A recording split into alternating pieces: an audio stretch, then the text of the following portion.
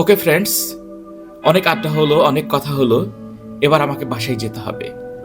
বাসায় গিয়ে বাসাটি পরিষ্কার করতে হবে, রাতের খাবার রান্না করতে হবে, মা বাবার যত্ন নিতে হবে, ওষুধ খেতে হবে এবং খুব আর্লি ঘুমাতে হবে।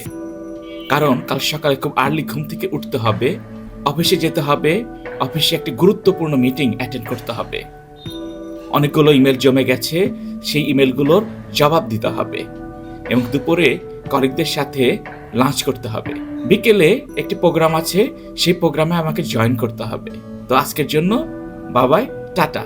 আমরা প্রতিদিন আমাদের কনভারসেশন, কথাবার্তায় আমাকে যেতে হবে, আমাকে করতে হবে, আমাকে খেতে হবে, আমাকে খেলতে হবে, পড়াশোনা করতে হবে, বন্ধুদের সাথে দেখা করতে হবে, কাউকে কল করতে হবে, এই ধরনের কথাবার্তা কিন্তু বলি।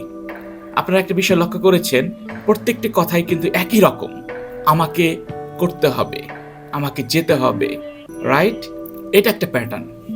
আপনি যদি এই প্যাটার্নটা শিখেন, এই প্যাটার্নের মাধ্যমে এই ধরনের যত বাক্য আপনার মনে আসবে, আপনারা প্রিপেয়ার করতে পারবেন।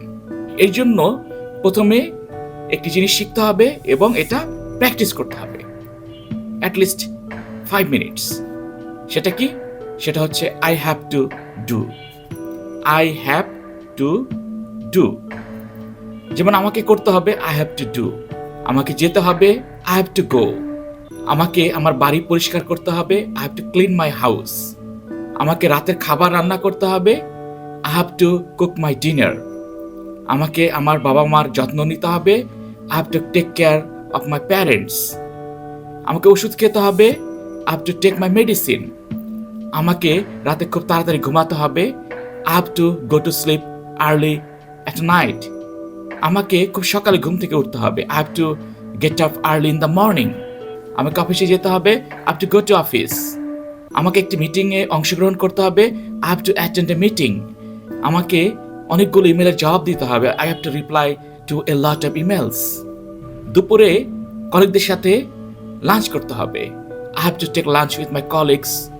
সন্ধ্যায় একটি বিয়ের প্রোগ্রামে অ্যাটেন্ড করতে হবে, I have to attend A wedding ceremony in the evening. So এই ধরনের যত বাক্য আপনাদের মনের ভিতর আসবে, সবগুলোই কিন্তু আপনারা আই হ্যাভ টু এই প্যাটার্নে করতে পারবেন। অবশ্যই মনে রাখতে হবে, আই হ্যাভ টু এর পরে ভার্বের বা যে কাজটি করবেন তার সিম্পল ফর্মটা বসবে অথবা বেসিক ফর্মটা বসবে।